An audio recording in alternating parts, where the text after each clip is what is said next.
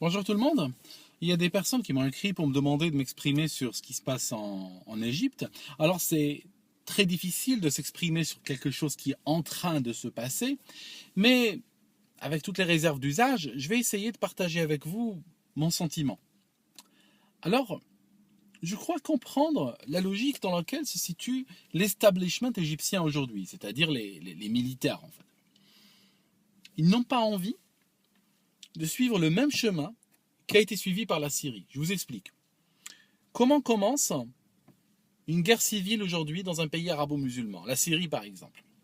Alors en Syrie, ce qui s'est passé, si vous regardez les vidéos d'il y a 2 ans environ, on voit des manifestants civils non armés sortir manifester contre le pouvoir en place, ce qui est totalement et complètement légitime. Il n'y a aucun problème avec ça. C'est un pouvoir extrêmement corrompu, un pouvoir autoritaire, un pouvoir... Il fallait le changer. C'est normal, c'est un combat que je respecte complètement. Maintenant, ce qui s'est passé, c'est qu'on voit des flics faire face, et les flics n'étaient pas dans l'optique de massacrer ou tuer qui que ce soit, ils étaient dans l'optique de ramener le calme. Et on était dans des émeutes, on va dire en termes de violence, on est à peu près sur mai 68. Personne ne tue personne, mais il y a du feu, il y a des barricades, il y a des choses comme ça. Et à un moment donné, qu'est-ce qui se passe? On entend tirer. Là, on entend tirer alarme automatique. Et ça tire de quel côté? Vous allez être surpris. Ce n'est pas les flics qui tiraient.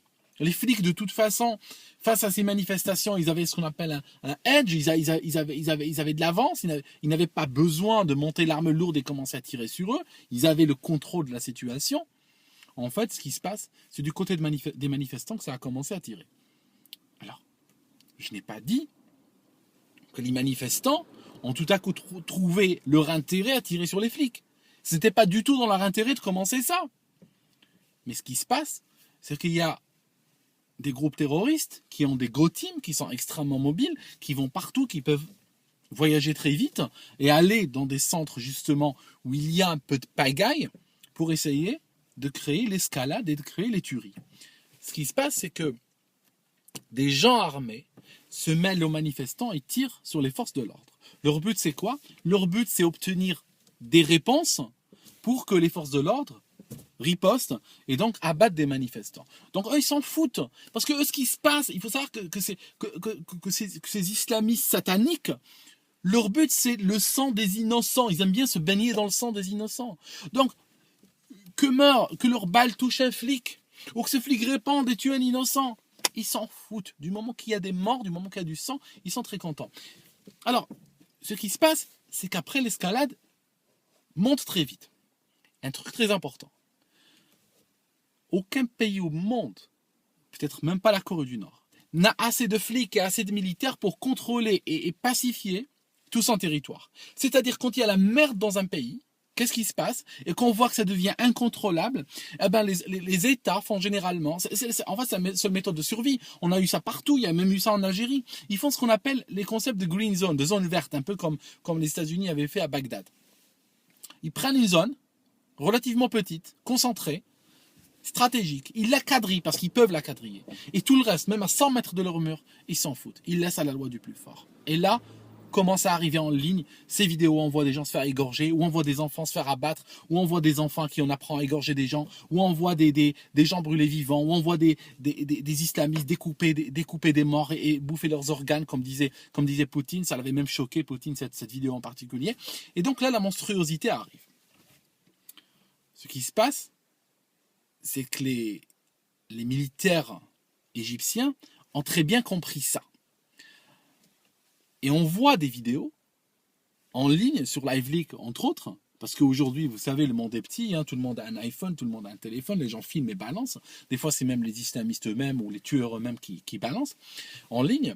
Et en fait, ce qui se passe, c'est qu'on voit la même chose. Une vidéo pas plus tard qu'hier, elle est sortie en Égypte. On voit des gens civils, ils sont une douzaine, ils sont à un coin de rue, ils sont ni armés, ni revendicatifs, ni belligérants, ni rien. Ils sont juste là, ils regardent. Ils sont curieux, ça tire de tous les côtés, ils sont là pour voir. Et qu'est-ce qui se passe? On voit, justement, le terroriste sortir. Il a une arme, il se mêle parmi eux, d'accord? Il pose son arme et il commence à tirer dans la direction des forces de l'ordre. Pourquoi? Pour obtenir une réponse sur ces gens-là. Donc, c'est cette escalade du conflit que l'establishment égyptien n'a pas envie de voir. Ça signifie qu'ils ne réfléchissent pas en termes de 500 morts en une journée, ils réfléchissent en termes de 500 morts aujourd'hui ou 1 million dans 6 mois. Parce que ce qui se passe, c'est que si vous ramenez le bilan syrien à la population, à la démographie, à la structure de l'Égypte, c'est 1 million de morts dans 6 mois. Voilà, donc le truc c'est qu'aujourd'hui, les islamistes sont acculés, sont très nerveux, parce qu'il faut savoir que l'islamisme politique est né en Égypte, et il a été, comment dirais-je, tous les pays arabo-musulmans aujourd'hui ont leur population qui croit aux islamistes. Les gens sont aujourd'hui prêts, dans pratiquement tous les pays arabo-musulmans, si vous les laissez voter de manière libre et démocratique et sans contrainte, je ne connais pas un pays arabo-musulman qui ne voterait pas massivement pour les islamistes. Parce qu'ils croient que les islamistes sont la seule structure honnête et qui va ramener une sorte de justice divine et les faire vivre dans le bonheur et la joie, loin de la corruption, loin des agressions, loin de tout ça. Mais en fait, ils se trompent complètement.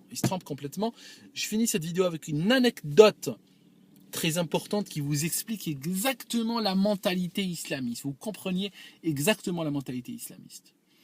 En Syrie, on a eu il y a quelque temps un gamin qui s'est fait, il a blasphémé, hein, donc ils ont dit qu'il a blasphémé et lui ont tiré plusieurs balles dans la bouche. Ils ont ramené les gens, il a 15 ans, ils l'ont couché dans la rue, ils l'ont tiré plusieurs balles dans la bouche et ils ont ramené ses parents et tout ça pour voir. Donc, cette zone a été libérée par l'armée syrienne. Et on a la réponse maintenant, on a toute l'histoire, on a le reste de l'histoire. Et ça, c'est très important à comprendre. Le gamin de 15 ans travaillait comme cafetier. Il avait une petite échoppe, il avait un petit magasin de 4 ou 5 mètres carrés où il préparait du café, il vendait du café. Arrive un islamiste armé et lui dit « Donne-moi du café ». Il voulait du café gratuitement. Donc c'est un brigand tout simplement. C'est juste des brigands, c'est des truands. Que dit cet enfant? Il dit « Non, je ne te donne pas du café gratuit ». Le temps monte et le gamin répond un truc du genre « Même si Dieu lui-même arrive, ou même si le prophète lui-même arrive, je lui donnerai pas du café gratuitement s'il ne le paye pas. » Voilà la phrase qu'il a fini par obtenir de ce gamin.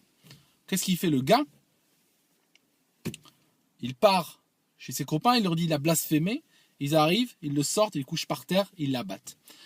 Et donc, probablement, ils ont eu leur café gratuitement après. L'histoire ne dit rien sur le café par la suite. Voilà exactement ce que sont les islamistes.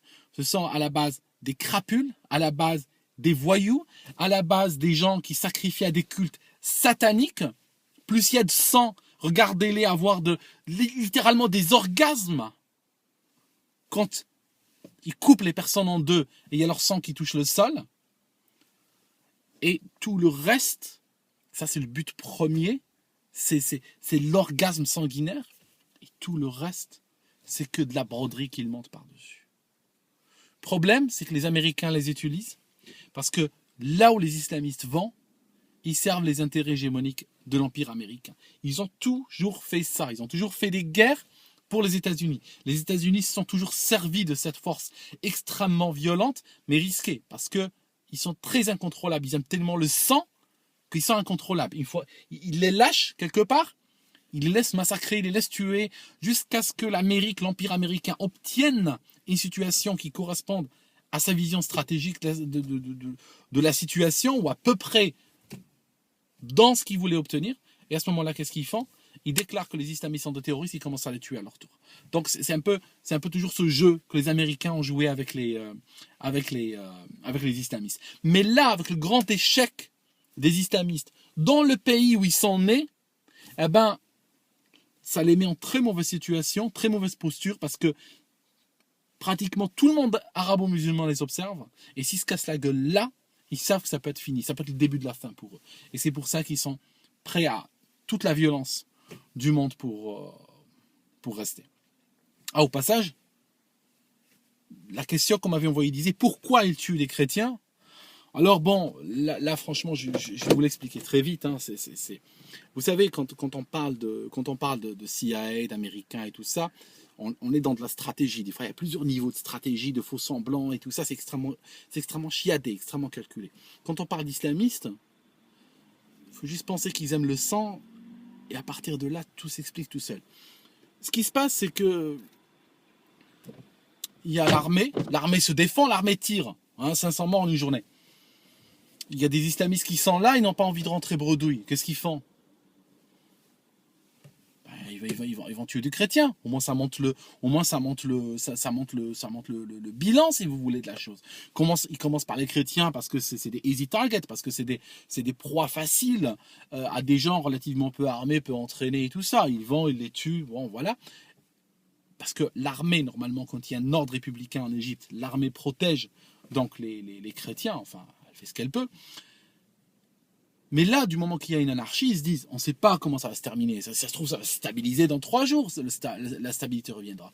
Alors bon, pour que cette anarchie ne parte pas comme ça, massacrant du chrétien au passage, ça sera toujours ça de gagner, c'est tout. C'est pas plus, ça sert à rien d'aller chercher des explications plus compliquées. De toute façon, le jour où il y aura plus de chrétiens, ils trouveront toujours des raisons pour massacrer des musulmans.